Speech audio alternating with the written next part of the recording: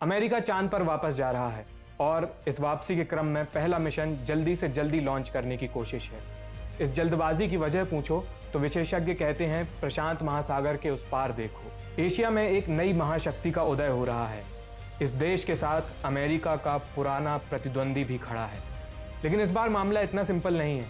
इस बार जियोपॉलिटिक्स के साथ साथ इतिहास है, विज्ञान है और व्यापार है। इस वीडियो में हम समझेंगे कि दुनिया का हर बड़ा देश जल्दी से जल्दी चांद पर क्यों लौटना चाह रहा है और इस बार की जो स्पेस रेस है वो पुरानी वाली स्पेस रेस से कैसे अलग है।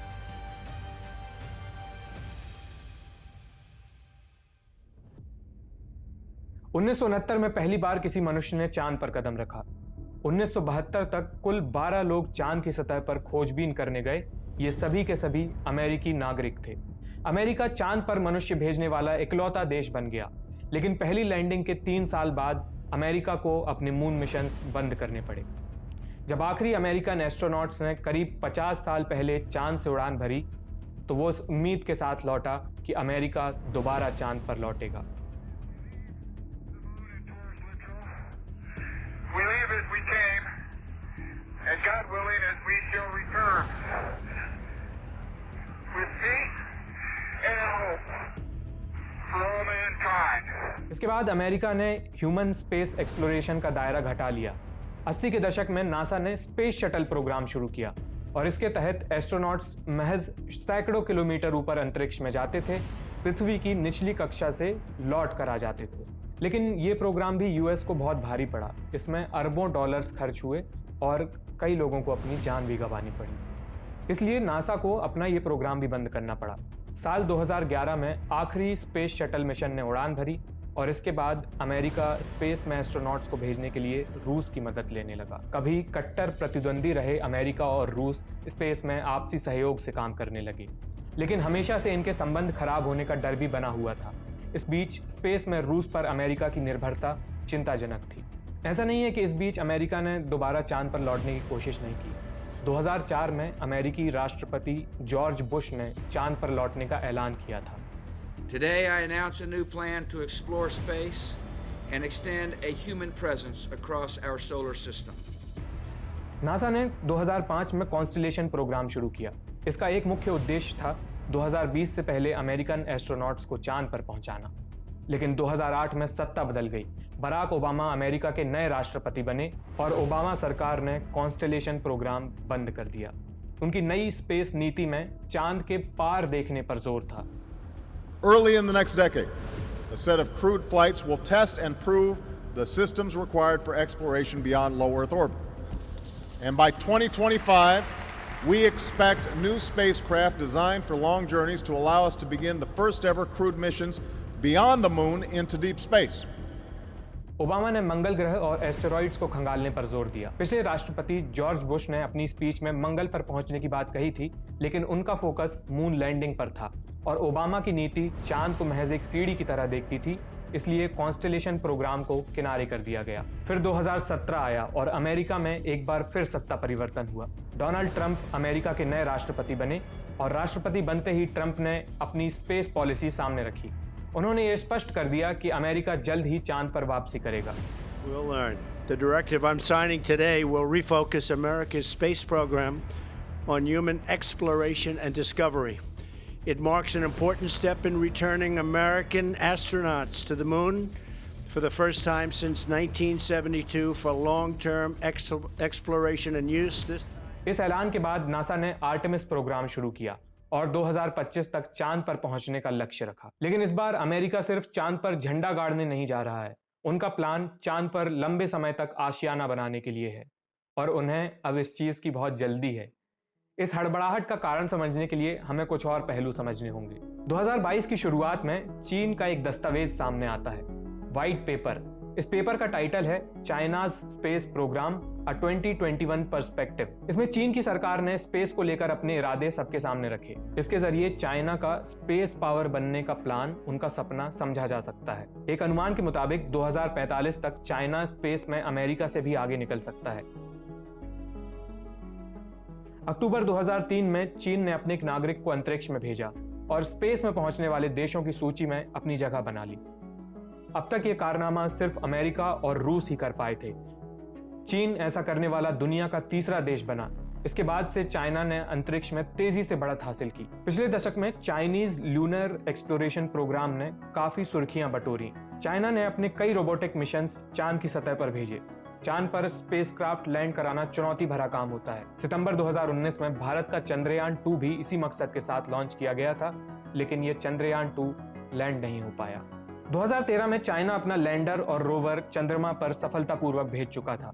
2019 में चीन ने अपना एक अंतरिक्ष यान मून की फार साइड पर लैंड किया। चाइना ऐसा करने वाला दुनिया का पहला देश बना। 2020 में चीन का एक स्पेसक्राफ्ट चांद से सैंपल्स इकट्ठे करके पृथ्वी पर वापस लौटता है और 2020 में ही चाइना ने मंगल ग्रह पर भी अपना एक रोवर भेजा। इन सभी मिशंस के जरिए लंबी तैयारी हो रही है। चाइना 2030 के दशक में चांद पर एक लूनार बेस बनाना चाहता है। पहले चाइना और रूस साथ मिलकर ये लूनार बेस बनाने की योजना पर काम कर रहे थे, लेकिन अब चीन दूसरे साथी भी तलाश रहा है। चीन का लूनार एक्सप्लोरेशन प्रोग्राम अमेरिका के लिए चुनौती बन सकता है। नासा के चीफ बिल नेल्सन भी चाइना को खतरे की तरह देखते हैं। So I think we are in a space race with China. They are aggressive, they are good. इस नई स्पेस रेस में अमेरिका के सामने सिर्फ एक देश नहीं है जैसा 60 के दशक में था। इस बार रेस में चीन और रूस के अलावा भारत, जापान और नई उभरती स्पेस पावर्स भी शामिल हैं और इनके अलावा कुछ प्राइवेट कंपनियां भी हैं जो अपनी जगह बना रही हैं। अंतरिक्ष में संचालित होने वाली अर्थव्यवस्था हर साल बड़ी होती जा रही है। कई crucial research, military satellites, civilian satellites और कमर्शियल सर्विसेज इसी अर्थव्यवस्था का हिस्सा हैं। फिलहाल स्पेस इकोनॉमी पृथ्वी की सतह से सैकड़ों किलोमीटर्स के दायरे में ऑपरेट करती है, लेकिन चांद पर सस्टेनेबल प्रेजेंस इस इकोनॉमी में नए दरवाजे खोल सकती है। पिछले 50 सालों में हमारी चांद को लेकर जो समझ है उसमें कई गुना इजाफा हुआ है। चांद पर पानी समेत कई ऐसी चीजें खोजी जा चुकी हैं जो वहां लंबे अरसे तक मानव गतिविधियों को सहारा दे सकती हैं। इसी संभावना के इर्द गिर्द एक नई स्पेस इंडस्ट्री खड़ी हो रही है। इस स्पेस इंडस्ट्री के पास स्पेस में व्यापार के कई अवसर हैं। अंतरिक्ष में लोगों को सैर कराना, चांद और एस्टेरॉइड से कीमती खनिजों की माइनिंग करना और डीप स्पेस में महत्वपूर्ण रिसर्च कंडक्ट करना, ऐसी संभावनाओं के सिर्फ कयास लगाए जा सकते हैं। लेकिन जो भी चांद पर पहले बसेरा जमाएगा, इन अवसरों पर पहले हाथ उन्हीं के पड़ेंगे और वही देश व संस्थाएं अंतरिक्ष में बनने वाले नए कायदे कानून भी तय करेंगी। इस बार स्पेस में राष्ट्रीय साख के अलावा व्यापार भी एक बड़ा हिस्सा है जो शामिल है और इतिहास गवाह है कि व्यापार अन्वेषण को अतिरिक्त सहायता प्रदान करता रहा है। नासा और अमेरिका की सरकार ये मौका अपने हाथ से नहीं जाने देना चाहते। अमेरिका अपनी तरफ से इस रेस में अकेला नहीं है। पिछले दशक अमेरिका में कई प्राइवेट स्पेस कंपनीज का उदय हुआ है जो कि बेहतरीन है। ये प्राइवेट कंपनियां नासा से बेहतर तकनीक और कम खर्च के साथ स्पेस एक्सप्लोर करने में सक्षम हैं। इनमें से एक है अरबपति इलॉन मस्क की कंपनी स्पेसएक्स। इस कंपनी ने साइंस फिक्शन लगने वाली रीयूजेबल रॉकेट टेक्नोलॉजी को हकीकत में तब्दील कर दिया। 2020 में स्पेसएक्स अमेरिकन एस्ट्रोनॉट्स को इंटरनेशनल स्पेस स्टेशन लाने और ले जाने लग गई और इस तरह ह्यूमन स्पेस फ्लाइट के लिए रूस पर अमेरिका की निर्भरता खत्म हुई और इसमें एक प्राइवेट कंपनी की पहली बार एंट्री हुई। अगले कुछ सालों में चांद पर अमेरिका के जो स्पेसक्राफ्ट लैंड करेंगे उनका कॉन्ट्रैक्ट भी इलॉन मस्क की कंपनी स्पेसएक्स को मिला है।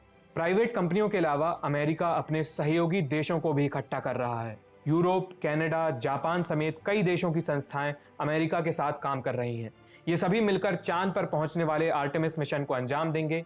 आर्टेमिस का उद्देश्य है कि लंबे समय तक चांद पर मनुष्य टिक सकें और भविष्य में मंगल एवं दूसरे डीप स्पेस मिशंस के लिए तैयार हो सकें। अब जाते जाते इंडिया का एंगल भी समझते जाइए।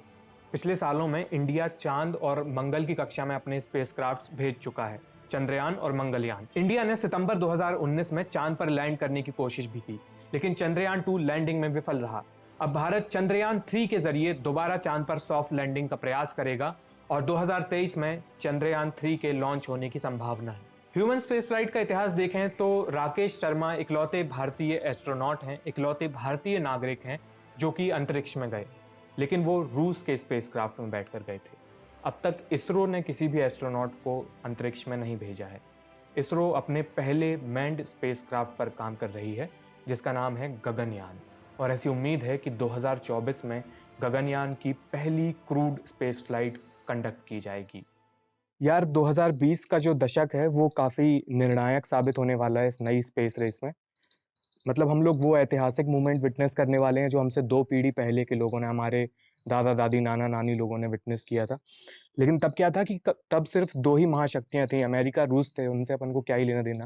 लेकिन इस बार अपन भी शामिल हैं, अपने अड़ोसी पड़ोसी भी हैं, चीन इन लोग, और दर्जनों तो प्राइवेट स्पेस कंपनियां भी हैं। इंडिया में भी खुल गई हैं प्राइवेट स्पेस कंपनियां, काम चालू है।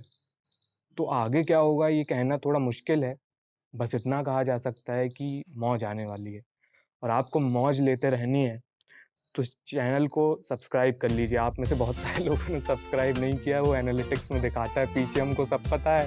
ये मत सोचिए कि आपको हमको कुछ नहीं पता है। कम से कम वीडियो अच्छी लगी हो तो लाइक तो कर ही सकते हैं। ये वीडियो देखने के लिए आपका बहुत बहुत शुक्रिया। बहुत तेज धूप है, जाते हैं, बाय। चेहरे पे अपने धनक लिए, रुतबा रौनक खनक लिए, चेहरे पे अपने धनक लिए, रुतबा रौनक खनक लिए, पर अंदर से खोखला है, संग हवा के उड़ने चला है। ये बुलबुला रे, बुलबुला रे, ये बुलबुला रे, एक दिन खा के टक्कर फूटेगा,